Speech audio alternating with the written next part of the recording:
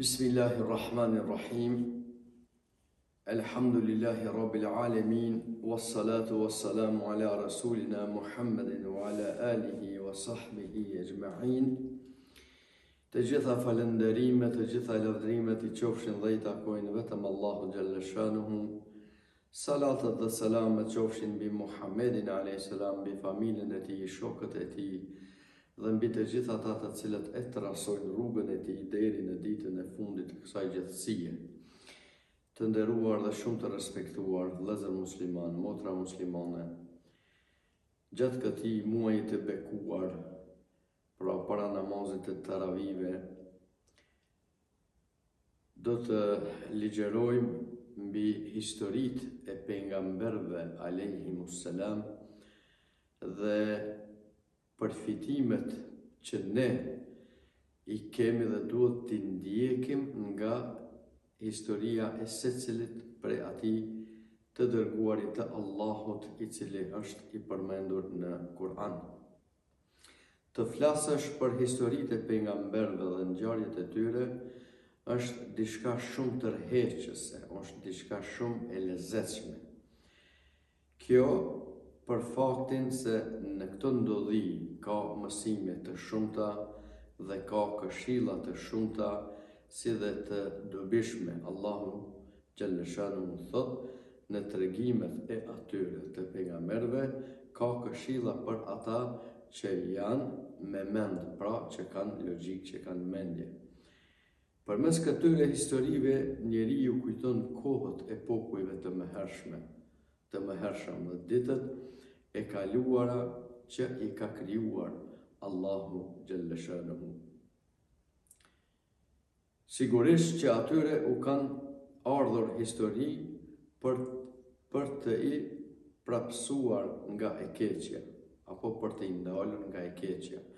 Pra secila histori e pejgamberëve apo secila histori veçe secilit pejgamber që ka përmend Allahu Gjelle Xhelaluhu në Kur'anin Kerim është një udhërrëfyes për ne që të nxitemi për punë të mira dhe të mbara dhe të ndalohemi nga punët e këqija. Me anë të këtyre ngjarjeve, zemrat e besimtarëve dhe besimtareve sigurisht se duhet të qallërohen dhe bëhen më të qëndrueshme.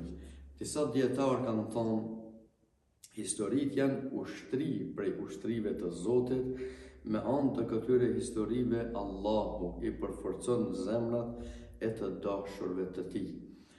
Ajo që e dëshmon këtë është fjala e Allahut Gjelle Shanuhu I cili thot: ne po t'i tregojmë ty disa nga historitë e të dërguarve për të ta forcuar zemrën. Gjithashtu në përmendjen e këtyre ndodhive zbret edhe mëshira e Allahut Gjelle Shanuhu. Sufjan ibn Ujejne, Allahu e mëshiroft, thot: kur përmenden njerëzit e mirë e të devotshëm, zbret mëshira e Zotit. Ndërsa profetët janë kreu I njerëzve të mirë dhe udhëheqësit e njerëzve të devotshëm. Nisur nga këto që përmendëm, e pam të arsyeshme të I trajtojmë historitë e tyre dhe të nxisim apo të nxisim njerëzit që të ndjekin gjurmët e tyre. Allahu Gjelle Xhelaluhu në Kur'anin Kerim thot: këta janë ata të cilët Allahu I ka udhëzuar në rrugën e drejtë, andaj edhe ti o Muhammed ndiq rrugën e tyre. Kaptina Al-An'am, ajeti I 90. Pra, ne do të fillojmë sigurisht pikë së pari me historinë e krijimit të Ademit a.s. dhe mësimet që nxjerrën prej kësaj historie. Historia e Ademit a.s. është historia e fillimit të njerëzimit. Një histori që përmban mësime të thella mbi krijimin, vlerën e njeriut, natyrën e gabimit dhe rrugën e pendimit. Pra, të gjitha këto gjenden tek historia e krijimit të Ademit a.s. Allahu Gjelle Gjelaluhu në kapitullin El-Baqara ajeti 30 thot: kur Zoti yt u tha melekëve, unë do të krijoj një mëkëmbës në tokë. Pra këtu fillon historia e krijimit të Ademit a.s. Krijimi i Ademit a.s.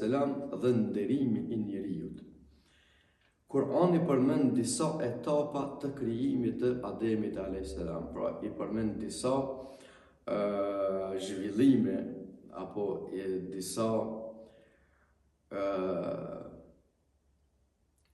disa etapa apo disa faza të krijimit të Ademit a.s. duke i përshkruar me terma të ndryshëm, të cilat së bashku tregojnë procesin e krijimit të Ademit a.s.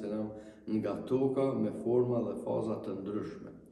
Dhe më poshtë ne do t'i tregojmë ato faza, ato etapa, duke i argumentu me ajete kuranore, sepse e di fort mirë se gjatë leximit të Kuranit ju mund të hasni në terme të ndryshme të krijimit të Ademit a.s.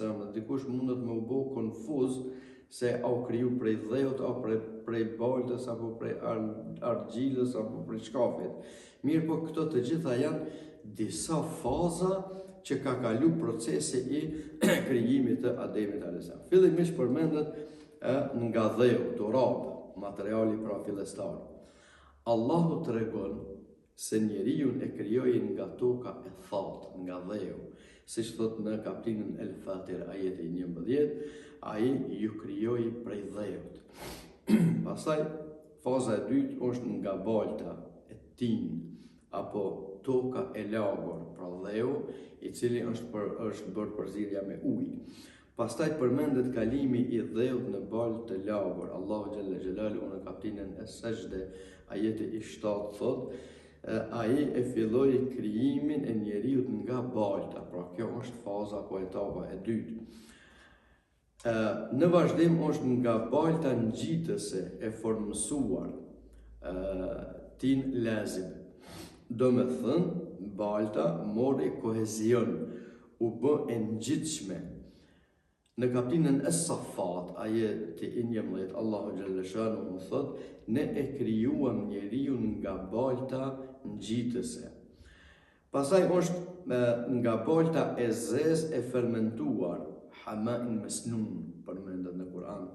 Tregon një fazë të fermentimit, pjekjes së materialit, siç thot Allahu Gjelle Gjelaluhu në kapitullin El-Hijr ajeti 26, ne e krijuam njeriu nga balta e zezë e fermentuar. Pastaj është faza tjetër nga balta e thatë si qeramik, salsal.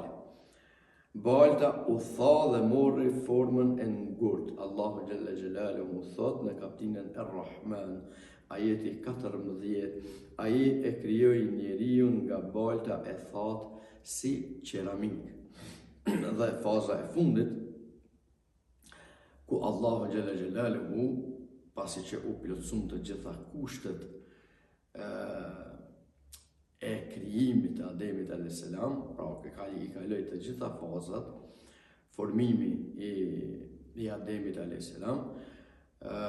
Formimi, krijimi edhe i organeve të brendshme, pra e morri formën sikur një njeri i cili është pa shpirt, me gjitha kushtet. Dhe në këto kushte të plotësuara është faza kur Allahu Gjelle Shanuhu i jep shpirtin. Pra faza përfundimtare. Me frymërimin e shpirtit, Ademi u nderua me jetë, mendje dhe përgjegjësi.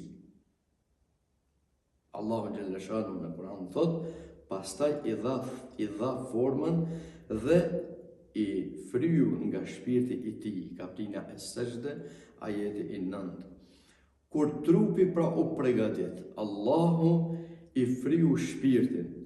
Në kapitullin El-Hijr ajeti 29 Allahu Gjelle Gjelaluhu thot: Kur ta përsos formën e tij dhe t'i fryjë prej shpirtit tim, bjeri ati në sejdë. Pra në momentin kur ju dha dhe shpirti dhe ju dha dija, vetdia, përgjegjësia, atëherë urdhëroi Allahu xhalla xhelaluhu që t'i bihet në sejdë.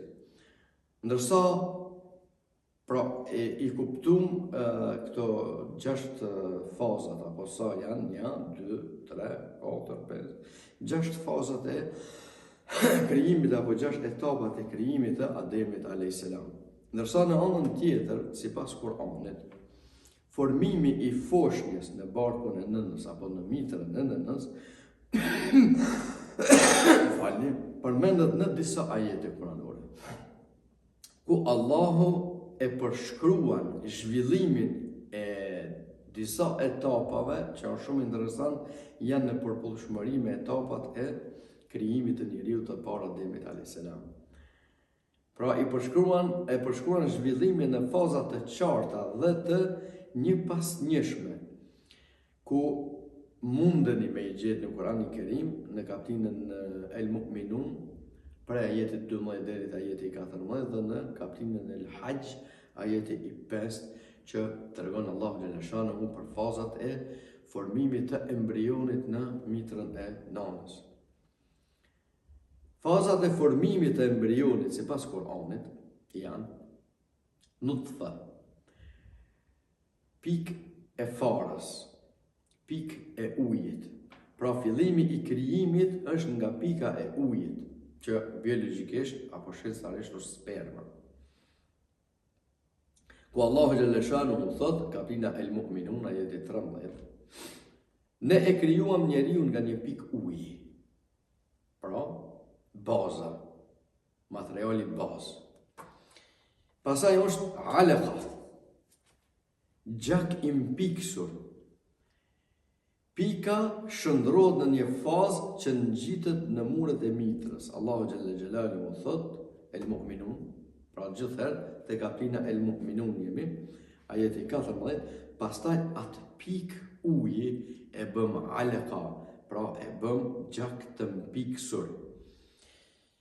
Faza tjetër është El Mudgha, cop e mishit sikur në formë të përtypur.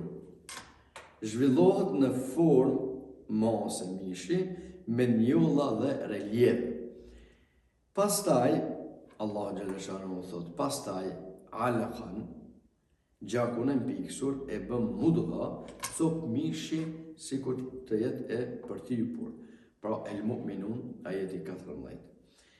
Pastaj është formimi i eshtrave. Nga mudgha, pra që kësaj copës së mishit sikur i përtypur, fillojnë të formohen strukturat e eshtrave.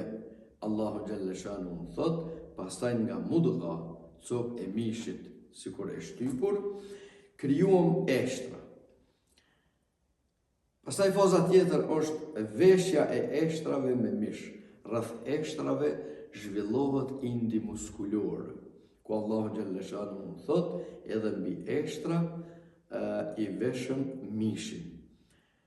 Dhe faza e fundit, Allahu xhalla xhelaluhu thot, pra thënia, krijim tjetër. Pra e kalon Allahu xhalla shanuhu në një diçka tjetër, në një nivel tjetër, në një nivel më të lartë. Pra kjo tregon kalimin në një fazë më të lartë të formimit të njeriut. Pra i jepet shpirti, ka vetdije, është identitet njerëzor. Sepse pa dhënien e shpirtit është vetëm një copë e formuar. Po nuk ka identitet, dhe me dhënien e shpirtit bëhet me identitet njerëzor, sepse shpirti është nga ana e Allahut xhalla xhelaluhu, ku Allahu thot, pra për këtë fazë të fundit, pastaj e bëm atë krijim tjetër. Pra po na tregon Allahu xhalla shanuhu që ngritet në një fazë, kjo fazë e ngrit njeriu në një nivel të tjetër. Një përmbledhje e shkurtër e etapave të krijimit të njeriu të parë sipas Kuranit, pa e patëm tokë, dhe balë e lagur, balë ngjitëse, balë e fermentuar, balë e thatë si qeramik, dhe fryrja e shpirtit nga ana e Allahu xhalla shanuhu. Në anën tjetër, krijimi i sotshëm i fëmijët në barkun e nanës, një përmbledhje pra të shkurtër, pra faza sipas Kuranit janë pikë e ujit, pikë e farës, është gjak i mpiksur, është copë mishi, sikur në formë të përtypur, formimi i eshtrave, veshja e eshtrave me mish dhe pastaj krijim tjetër. Pra edhe te Ademi a.s. I kemi këto 6 faza, edhe te krijimi i njeriut apo formimi i fëmijët fetusit në barkun e nënës i përjeton apo i kalon këto 6 faza. Pikë tjetër në krijimin e Ademit a.s. është mësimi i emrave, dija si nderim, pra dhënia e diturisë për me nderu njeriu. Allahu ja mësoi Ademit emrat e çdo gjëje, çdo sendit, duke e ngritur me dije mbi krijesa tjera. Pra është mendja e cila neve na dallon nga të gjitha krijesat tjera. Allahu xhaleshanu në Kur'anin e Kerim thotë, ai ja mësoi Ademit emrat e gjitha gjërave, gjitha sendeve. Pra El-Bekara jeti i 31. Pikë tjetër është sejdja e melekëve dhe refuzimi i iblisit. Pra edhe në këtë kemi ne mësim apo mund të marrim mësime se si duhet të respektojmë urdhrin e Allahut xhalla shanuhu. Allahu i urdhëroi melekët të bënin sejdë respekti për Ademin a.s., jo sejdë adhurimi, sepse adhurimi meriton vetëm Allahu xhalla xhelaluhu, por sejdë respekti ndaj Ademit a.s. Dhe të gjithë ju bindën përveç iblisit. Allahu xhalla shanuhu në Kur'anin e Kerim thotë, të gjithë melekët bën sejdë përveç iblisit. Refuzimi i tij erdhi nga mendje madhësia, nga kibri dhe krenaria e sëmur. Allahu xhaleshanu në Kur'an thot, ai tha, unë jam më i mirë se ai, mua më ke krijuar nga zjarri, ndërsa ata e ke krijuar nga balta. Jeta e Ademit a.s. në xhennet dhe gabimit të cilin e bëri.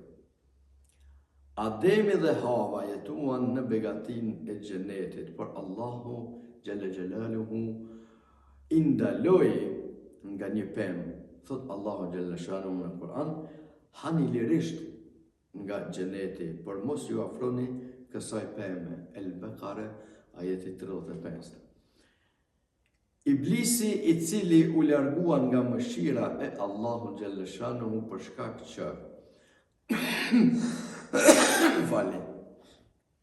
për shkak që nuk e respektoi urdhrin e Allahu xhalla shanuhu për t'i bërë Ademit sejdë respekti, në atë moment u përbetu deri në ditën e fundit të kësaj gjithësie se do t'jetë kundër njeriut. Dhe me njëherë u angazhu që të jetë kundër njeriut, pra kundër njeriut e parë, që kundër njeriut e parë, pra kundër ati që edhe ne e kemi prejarë për tina. Iblisi i mashtroi me betime të rreme, pra që në fillim apo prej fillimit ai është ekspert i mashtrimeve, pra iblisi. Këtë na e tregon Allahu xhalla shanuhu në Kur'an, ai u betua se është këshilltar i sinqert. Ju ka prezantuar Ademit edhe Havas. Dhe pas gabimit shijuan frutin dhe u zbuluan pjesët e turpshme të tyre. Dhe kur ju kanë zbulu pjesët e turpshme e kanë kuptu se kanë gabu. Zbritja në tokë dhe pranimi i pendimit. Ademi a.s. dhe Hava u penduan sinqerisht. Allahu u mësoi fjalët e pendimit.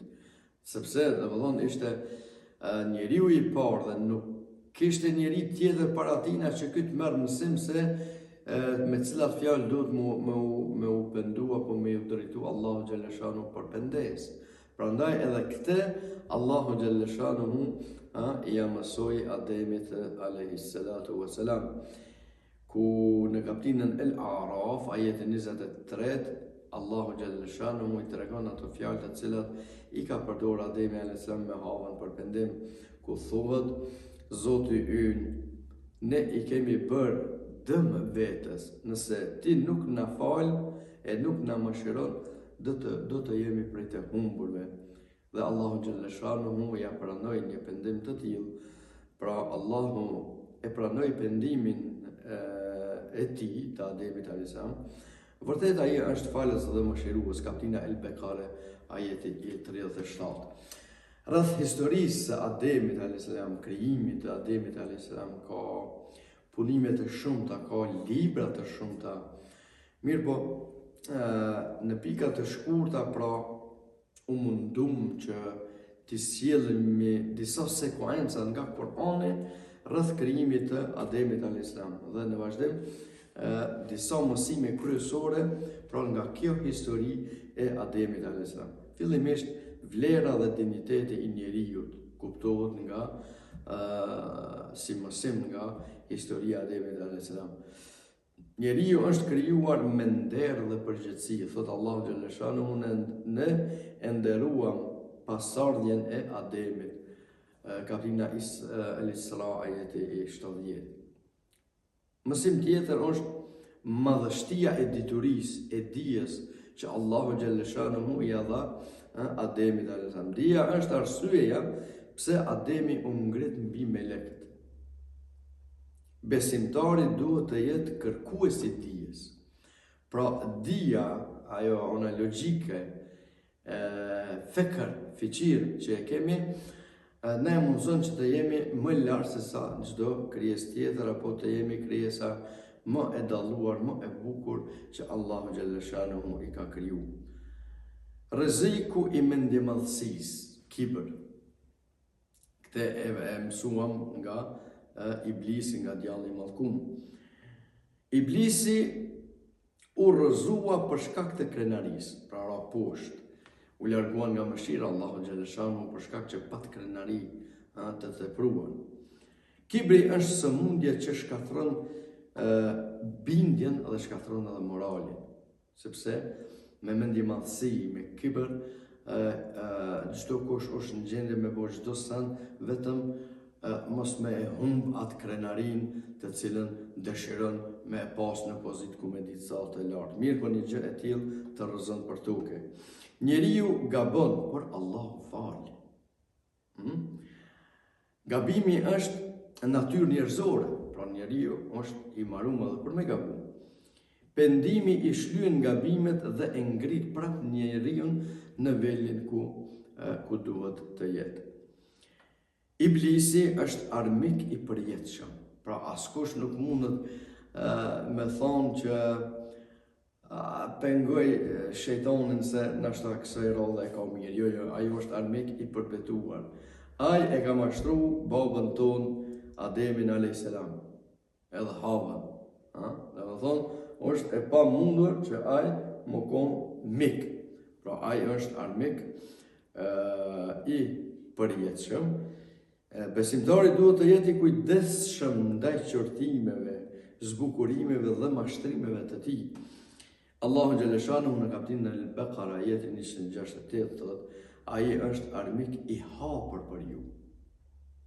Dhe më thonë, nuk është i msheft, pra është i hapur. Urdhrat e Allahut nuk duhet të diskutohen. Pra fillimisht Allahu ka urdhëruar që Ademit i bëhet sejdë dhe nuk u respektu nga Iblisi. Pastaj Allahu Gjellëshanu ka urdhëruar Ademin alsa mos më ofro asaj pemë, Ky është mashtru nga iblisi, edhe ju ka ofru, edhe e ka shiju, edhe pra ka gabu.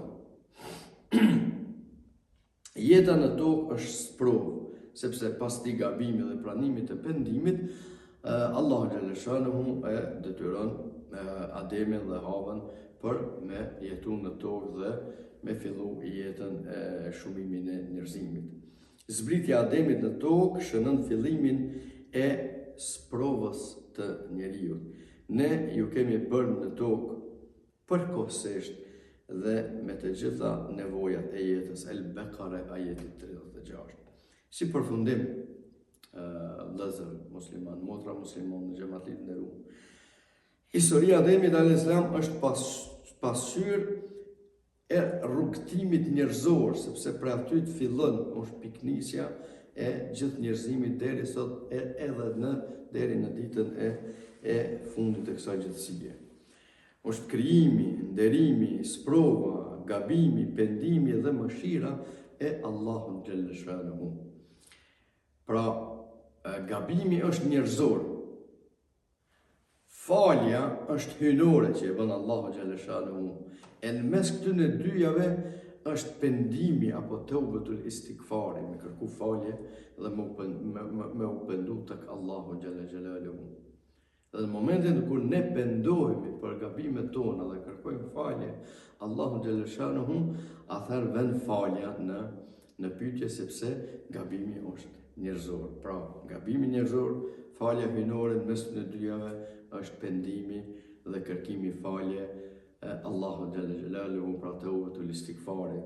Dhe ne duhet që të jemi prej atyre, sidomos gjatë këtij muaji të rahmetit, të shtomi sa më shumë kërkim faljen, ta shtomi sa më shumë kërkim faljen, ta shtomi sa më shumë për kujtimin e Allahu Gjeleshanuhu me fjalë të përcaktuara, pra me subhanallah, alhamdulillah, Allahu akbar, astaghfirullah, astaghfirullah, duke u penduar te Allahu Gjeleshanuhu në mënyrë që ta përjetojmë rahmetin e Rabbul Alaminit, si dhe këto mësime nga historia e krijimit të Ademit a.s.